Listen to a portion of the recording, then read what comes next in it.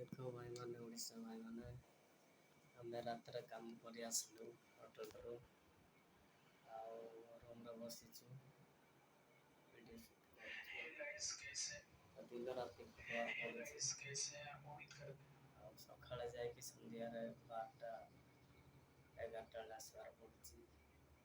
ଆମେ ଯଦି କାମ କରିବୁ ନ ଗଲେ ଆମର ଫ୍ୟାମିଲି କେମିତି ଚଳିବ? ସମସ୍ତେ ଦିନ ରାତି ଖଟିବାକୁ ପଡ଼ୁଛି। ଆଉ ଯେଉଁ ଜାଗାରେ କି କାମ କରିବାକୁ ଯାଉଛୁ ସେ ଜାଗାରେ ମାଲିକ ଭଲ ନଥିଲେ ଲୋକ ଭଲ କାମ ଷ୍ଟାଫ୍ ଆଉ ମାଲିକ ଭଲ ଥିଲେ ଷ୍ଟାଫ୍ ଭଲ ନାହିଁ। ଆଉ ଯେଉଁ ଜାଗାରେ ପଇସା ଭଲ ଥିଲେ ଖାଇବା ଭଲ ନାହିଁ। ପଇସା ଭଲ ଥିଲେ ଲୋକ ଭଲ ନାହିଁ। ଏମିତି ବି ଜୀବନ କାଟୁଛୁ। ଜୀବନ କାଟି ଆମ ଜୀବନ କାମ କରି କରି ଆମେ ଖଟି ଆସୁଛୁ। ଆମ କାମ ନ କଲେ କେମିତି ଆମର ଫ୍ୟାମିଲି ଚଳିବ?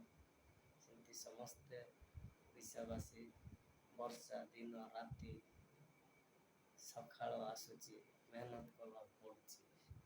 କାମ ନ କଲେ ଆମର ଫ୍ୟାମିଲି କେମିତି ଚଳିବ?